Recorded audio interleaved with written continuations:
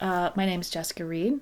I am the Culture Resources Program Manager for Tule Lake National Monument and the Lava Beds National Monument. And myself, along with an enormous number of staff who have worked here over the years, worked on the restoration process of the Tule Lake Segregation Center jail for 10 plus years. So here we have the plaque that was installed as a memorial to both the segregation center and also signifying that it is a National Historic Landmark. So now we're approaching the jail. Behind you can see the iconic view shed, which is the peninsula, also known as Castle Rock. Now we've gone around to the back in along the wheelchair accessible path that we have installed. It's temporary, a Duradeck, just to get people into the structure until we can do more permanent site planning going around the structure. Here you're looking at one of the larger windows. The windows have been completely refabricated. Restoration called for replacement in kind, which means we wanted to refabricate the windows and doors using the materials that would have been used back then. And then the trim, which is original, has been repainted. Now we're looking at a shot of the blueprints for the restoration, zeroing in on the windows. Here you're looking at a shot of what one of the windows looked like before the restoration, and you can see that there is plywood covering, and you can see scorching marks around the window that indicated that jail bars were removed probably with a welding torch. They had to be boarded up with plywood so that either people or pests couldn't get into the structure. Here we're spanning the exterior of the building, going from the cell windows to the administrative windows. Here you see two windows that have the window bars installed, as well as the exterior glass and screen has been created to be replacement in kind. This is the blueprint. All of the dark shaded areas indicates material that was missing and that needed to be fabricated for the restoration to be complete. So that window and that wall had largely been almost completely demolished before the restoration. So the metal rebar that was inside the concrete needed to be cut and put back into shape, and then needed to re-pour the concrete and then rebuild those two windows. So now you're seeing a view of what it looked like prior to restoration. So you can see the two metal rebar pieces that were completely bent interior, all of the concrete that was broken and coming off in chunks. Basically, that whole section of the wall needed to be rebuilt.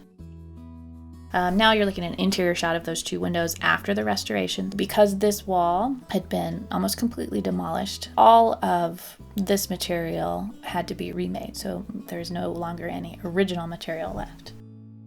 Here you see an interior shot prior to restoration of one of the openings inside the jail that is going from the administrative area into one of the jail cell corridors. The metal material was removed shortly after World War II, and so you see these big jagged areas where the concrete is broken.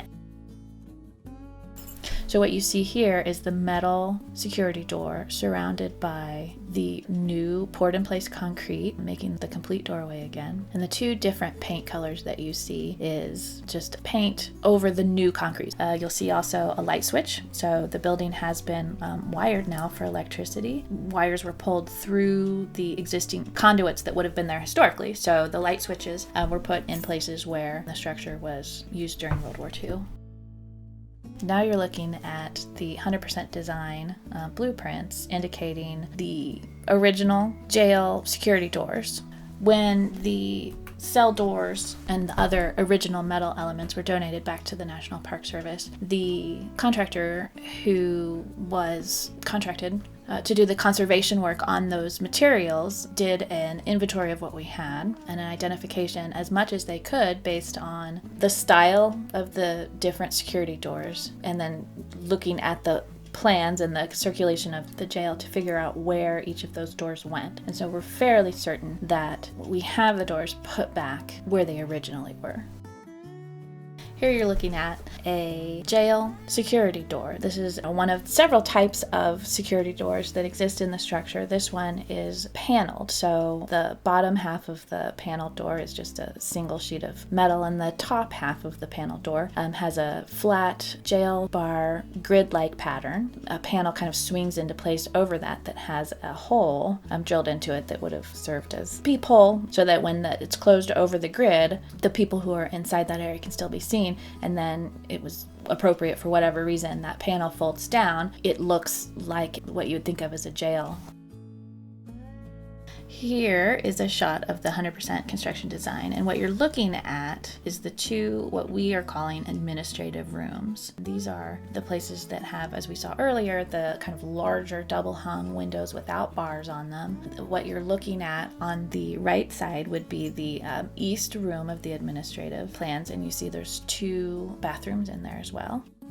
Here you're looking at what that room looks like prior to the restoration. The windows are boarded up with plywood. The drywall has been completely removed, and so all you see is the interior structure of the framing of the walls. And then the camera is going to pan over and show what the opening into the cell corridor would have looked like prior to restoration.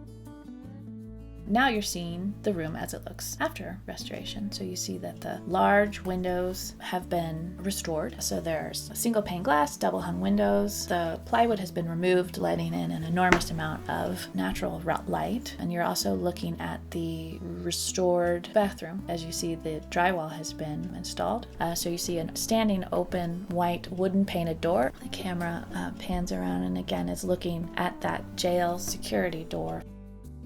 This is showing a view of the construction design toilet and sink that were installed. All of the plumbing fixtures, piping, etc. was removed after the segregation center closed at the end of World War II. These materials have been purchased new as replicas, but they are of the style and the era that would have been used historically.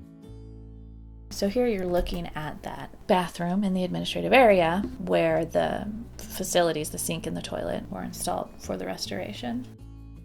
And here you're looking at a view after the restoration of the new sink and toilet. And you'll notice that the wall in this bathroom has been completely newly painted with drywall again on the side of the bathroom. Here you're looking at an interior of one of the jail cells. Prior to restoration, the cell doors, the cell beds, the bunks, chains that held them in place had been removed. The only thing remaining were the metal brackets that the bunks fit into on the jail cell walls. Here you're panning through a restored cell. The original jail cell doors were donated to the National Park Service. Those materials were taken off-site. They had a conservation treatment. They were cleaned, the rest was removed, they were painted, and then they were put back in place. The bunk bed frames were also donated to the National Park Service, and so we were able to utilize original material to a large extent when we were doing the restoration of the cells. Now you're looking at a construction design that's zeroing in on the replica bathroom facilities that were present in the jail cells. You're seeing a view right now of what the jail cell looked like prior to restoration. You can see faded paint on the concrete walls, and you can see the outline of the paint around where the sink would have originally been. They didn't paint behind the sink, so the sink and the toilet had been installed prior to the painting of the interior cell. You can see a lot of bird droppings and dirt on the surface of the wall, and you can see a pipe stub out from the sink. You can also see the hole in the concrete floor of the jail cell, indicating that's where the toilet drain was. Again, you see the panning on the wall of the jail cell. You see the brackets that the bunks hooked into. Each jail cell had 4 bunks, 2 top, 2 bottom on either wall. Here is a view of the cell that we were looking at before. This is now after the restoration is complete. So you're looking at original metal bunks that have been cleaned, the rest removed, repainted to what their original color would have been. You see the replica toilet in the back of the cell, and you see the bunks had been adhered into the brackets that were remaining on the wall. Here's a shot, looks like a square on the wall. There's new paint around the square, and so what's inside the square is just the pencil graffiti that was found inside the jail cells and the cell corridors. What you're looking at is a panel of historic pencil graffiti that is present in all areas of the interior of the jail. Because it is in such poor condition, and because the writing and the drawing that is on the walls that was done in graphite and pencil, it can easily be brushed away. And so one of the goals of the restoration was to preserve the graffiti that's existing on the walls. In order to do that, they had to undergo a conservation treatment. Contractors came in and did what is called a consolidation treatment on the graphite panels, adhering the graphite to the powder paint to the concrete wall so that the historic inscriptions are not as vulnerable as they were prior to the restoration. And so because of that, we could not paint over those.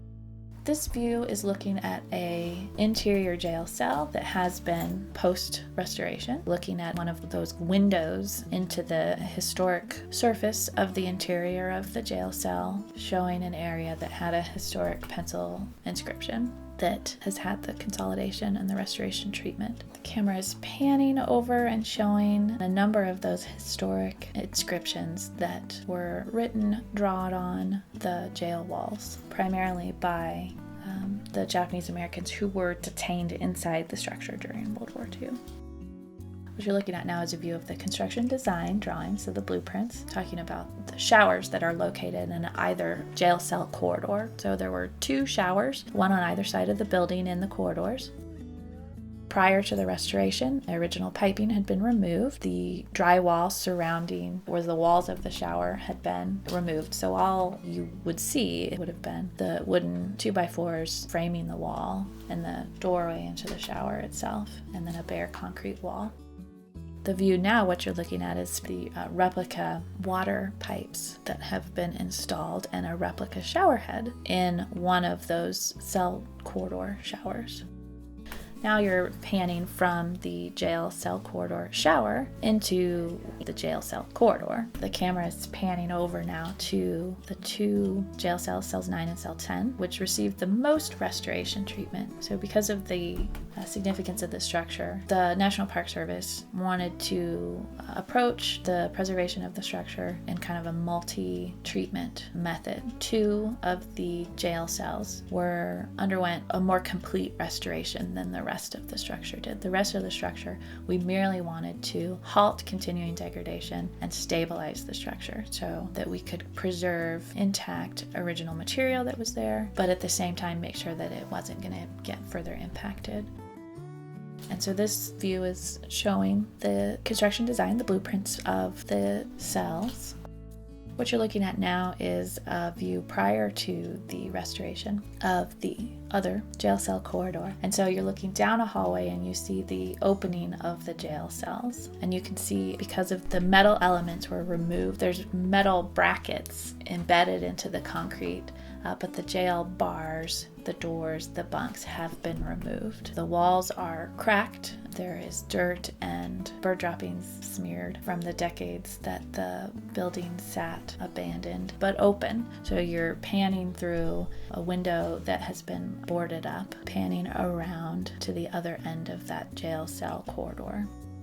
This is after restoration, so you can see the 2 windows at the end of the hallway. They do have the jail bars on them at the concrete that has been poured in place, the refurbished and the restored original metal security door that has been put in place. A series of 4 jail cells on the right that have had the original jail bars restored. The jail cells each had 3 panels of doors. There was 2 side panels that were affixed to the wide concrete opening of the cell, and then the interior panel, which was a door that swings open and closed. This view is of the blueprint of the restoration structure, showing the radiant heating system that was installed. So part of the restoration of the structure is to halt any further degradation. And so in order to do that, we want to minimize the wild temperature fluctuations. And the way that we minimize that is to create a secure envelope of the exterior of the structure, which we did by epoxy injection of the exterior walls, but also we wanted to put some kind of climate control system in the structure. And so what we chose for this structure was an ambient heating system. It is a hydronic piping heating system. So there are coils that go throughout the ceiling of the structure, and it circulates hot liquid through the coils, and it keeps the temperature more or less at one constant temperature. The boiler, which circulates the liquid throughout the ceiling of the structure, is located in what was once the administrative bathroom area.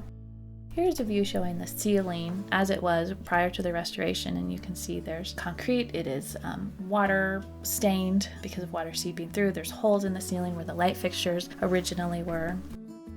Now the camera is panning over the ceiling as it is today after the restoration, and you see replica light fixtures. The light fixtures were placed into where they originally were, and they are of the same style that you would have seen mid-1940s during World War II, and also based on the few images that we have of the lights inside the jail indicates that it was this style of lights. What you're looking at now is the blueprints of the top of the roof. And so prior to the restoration, the roof was in a very poor shape and in a misguided demolition attempt a couple decades ago. Part of the roof of the jail had been raised a bit, and so there's a big gap between the roof and the wall, allowing in weather, water, birds, pests, dirt, dust, all of those kind of things. The original roofing material had been removed at some point since the building was abandoned, and so all that was remaining prior to the restoration was simply the concrete part of the roof. During the restoration process, the National Park Service filled in a lot of those gaps, pushed down the side of the roof that had been lifted during the attempt at demolishing the structure years and years and years ago, and installed a roof that would have been the same type of roof that was used originally. Here the camera is moving in from the outside into one of the administrative areas. You're looking at two fabricated doors. So the camera is panning over to the left. There's another wooden door going into visitation room, and then you're also looking at the metal security door. The camera's looking down a hallway that goes from the administrative area into the secured area where the prisoners would have been, through a original metal security door entering into the main security corridor. Now the camera's panning again back into those two cells that have undergone full restoration. We were lucky enough that the people who purchased all of the metal stuff, they donated those materials to the National Park Service. So we were able to use the original metal materials, such as the bars and the jail cell doors and the bunks, back in the structure. And now we're walking back into the East Administrative area that has the restored restroom, the boiler room. We're having a quick look inside that restroom again with the installed historic toilet and sink. Looking out through the administrative windows, panning around, and we're going to go back in from one administrative room into that central administrative room. Here you're looking at the cell corridor, looking at a series of 4 jail cells. All are identical. They have the wide openings with the 3-panel metal jail bar doors. So the 2 panels on the side that are adhered to the opening of the structure, and then the one central cell door that swings open and closed. This is a close-up shot of the 2 windows in the cell corridor. So they are fabricated with in-kind materials, meaning it's not historic materials, but it's using the same materials that would have been in windows from that time period. Single pane glass panel, and then an exterior wood frame screen that would open and close. Now the camera is kind of panning out of that window, looking at the iconic view of Castle Rock. The view shed of the exterior of the structure remains much as it was back during World War II. The similar buildings and obviously the landforms are the same. The highway is still at the original place. The fencing around the exterior of the National Monument and what was historically the stockade and the jail is still there. Here you see an overview shot of the exterior of the jail seen from the pull-out memorial. You can see the replica smokestacks that penetrated through the roof. Now they are just replicas of smokestack that is just sitting on top of the roof. They do not penetrate into the structure itself.